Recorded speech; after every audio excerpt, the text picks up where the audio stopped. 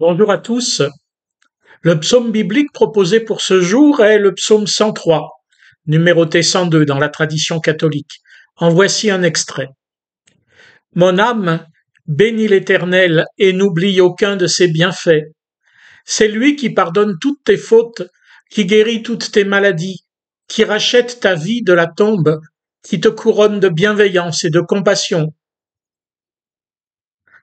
Pourquoi avoir pris un tel texte gentil et réconfortant quelques jours après l'ignoble massacre perpétré par des barbares sans foi ni loi dans le sud d'Israël, et alors que se multiplient les catastrophes dites naturelles et les guerres et dictatures toutes plus injustes les unes que les autres?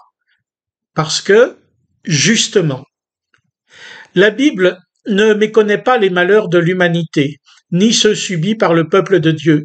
Elle les évoque tout du long. Ainsi, plus loin dans le même psaume, l'homme, ses jours sont comme l'herbe, il fleurit comme la fleur des champs.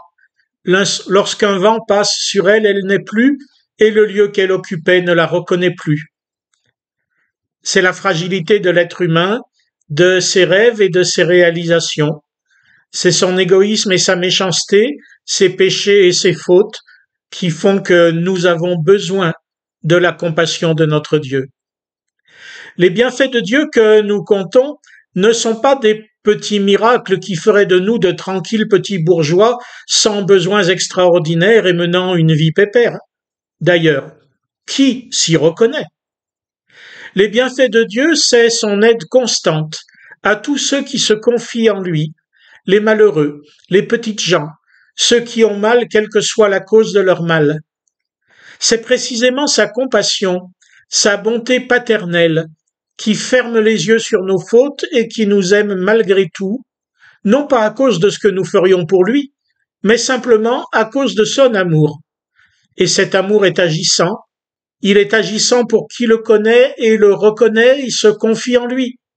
Ceux qui lui tournent le dos, comment cet amour les atteindrait-il? Mais moi, comme disait Job, je sais que mon Rédempteur est vivant, parce que je sais avoir besoin d'être racheté du péché, du mal et de la mort. Je sais être incapable par moi-même d'une vie juste, sainte et heureuse, et de vivre des relations respectueuses de moi et des autres. Et je sais que ce rachat, ce pardon, cette vie nouvelle pour moi qui en ai besoin, ce n'est pas pour demain, mais c'est déjà pour aujourd'hui.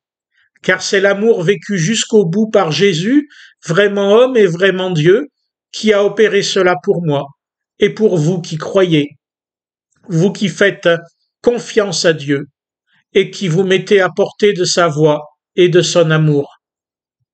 Le monde qui est malade en a bien besoin lui aussi. Mais comment connaîtrait-il cet amour?